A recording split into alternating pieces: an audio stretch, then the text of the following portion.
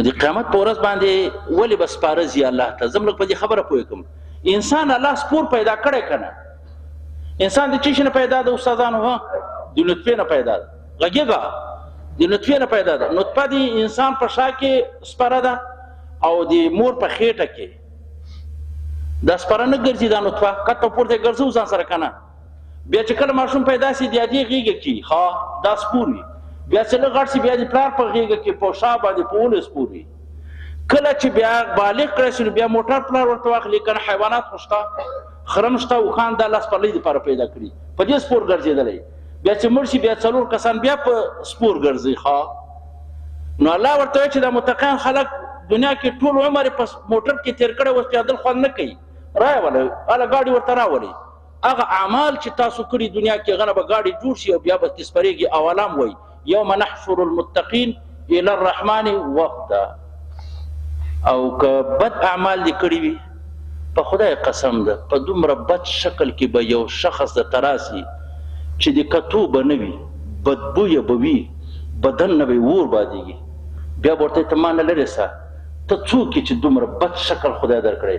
وایي انا عملک الخبیث، زه ستا هغه عملونه چې دنیا کې دې کولم بد عملونه دې کړي دي. دنیا کې ته راباندې سپورې خواهشات دې مطرح کول چې ته دې زړه غوښتل هغه دې کول.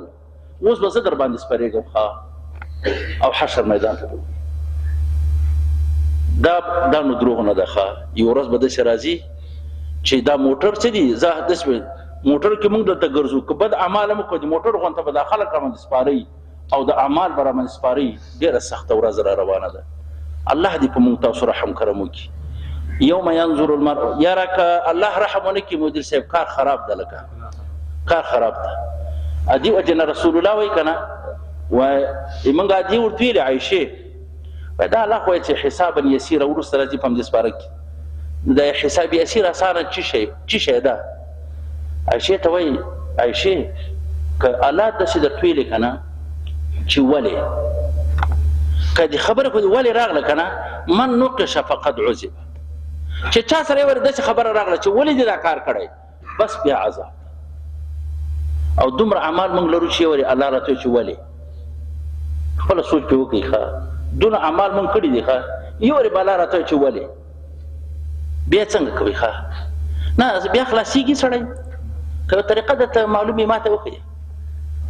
یو پیغمبر سره که لږ تعلق هم ساتلی لږ درود پرې ویلی زه سفارش به وکړي، خو چې څو سفارش کوي که موږ کار و جهنم کې کړی. الله ډېره سختې ستومانې را روانې. یعنې تاسو به داسې وایي چې دا ملا ځان متقي کړي. ما دې په خدای قسم کله چې زه تفاسیر وګورم په خپل انسانیت پښیمانه یم چې کاشکې انسان الله نه وای پیدا کړی. دا حیوانات ډېر ښه دي سړی یا لیونی سي یا سړی په ماشومتوب کې مړ وي. اوس دا دنیا خو داسې ده چې کېږي نه. څنګه ښه کېږي؟ ښه کېږي نه که نه سړی. موبایل نه څنګه ځان خلاصوي؟ زه ته خو ما ته یو طریقه راوښیه چې موبایل نه څنګه ځان خلاصوي. او موبایل ته چې ورنږدې کېږي بغیر د ګناه نه سړی نه خلاصېږي. هېڅ طریقه نه جوړېږي که نه. خو چې مانځه ته ودرېږې 200 ټلیفونونه وي، هغه کې بیا انګریزانو داسې کار راته کړی دی چې مانځه نه رښتیا ووایه خفه کېږي نه. تاسو چې سبا لمونځ کړی چا په جمع سره مولوي صاحب تا کړی، خو ډېرو ته به اوس د امام قرات نه وي معلوم چې چیب کې ویلي. که زه مولوي صاحب نه پوښتنه وکړم دا را سره نږدې ده غوسه به سي. اول ما ته نه ده یاد چې ملا کوم قرات ویلی، خیر ما ته یاد ده خو لیکن موږ ته نه یاد. ولې خو په مصروف یو دا زندګي تېره شوله راسته، څومره وخت تېر شو، ګډ وډ تېر شو. ګوره منځونه ټولو کړي بیا موږ نه قرات هم کې هېر وي، خو بیا د خدای شکر چې بیا قرات وایي په ترجمه یې زه پوهېږم.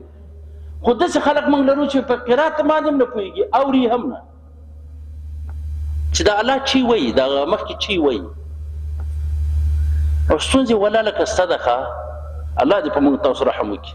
یوم ینظر المرء ما قدمت یداه، چې کله الله د قیامت په ورځ باندې ویقول الکافر یا لیتنی کنت ترابا. ما خو زه به دا بل صورت هم وایم خو بس پاتې شو. خیر دی چې خبره کوم. ویقول الکافر، وبه وایي کافران زه یا لیتنی کاش کې زه کنت ترابا، کاش کې زم خاورې وای. دا کافران چې څومره لوی دبدبې الله ورکړي دي. موږ تمنام کوو چې کاش کې وایي زه مسلمانان به ډېر داسې وایي چې کاش کې کافر دی وایي، خو چې دغسې حالات موږ ته به راکړي لکه کافرانو ته. دا ډېره بدبختي ده. الحمدلله د خدای څومره فضل ده چې ایمان هم الله راته نصیب کړی. تاسو ټول چې الله د استقامت راته کې نصیب کړي. یاره مدیر صاحب د ایمان لوی نعمت شته؟ نه رښتیا ووایه ځوانانو، د ایمان لوی نعمت شته؟ د ټول انسانانو کې الله انتخاب موږ وکړو چې ایمان راته نصیب کړي، خو الله د استقامت هم راته کې نصیب کړي. او بیا یو بله خبره هم درته کومه خبرې راځي خو ټیم نشته ده، بیا قرآن ته هم کېنولو. داسې خلک شته چې موږ تاسو نه ډېر قدرمن هم یې، شکلونه هم ښه دي، مالداران هم دي، الله توفیق نه ورکوي چې قرآن ته یې راولي. ګورئ د قرآن ته کېناستل دا د خپل استعداد خبره نه ده، دا د الله فضل ده. که لږ الله مرور شو داسې دې وباسي چې په ځان هم نه پوهېږي، ملا هم باسي، طالب هم باسي، هر څوک وباسي، له دین ته بیا نه کېني. ما خپل عقیده دا ده چې په موجوده دور کې سړي ته الله د 2 رکعاتو مانځه توفیق ورکړي.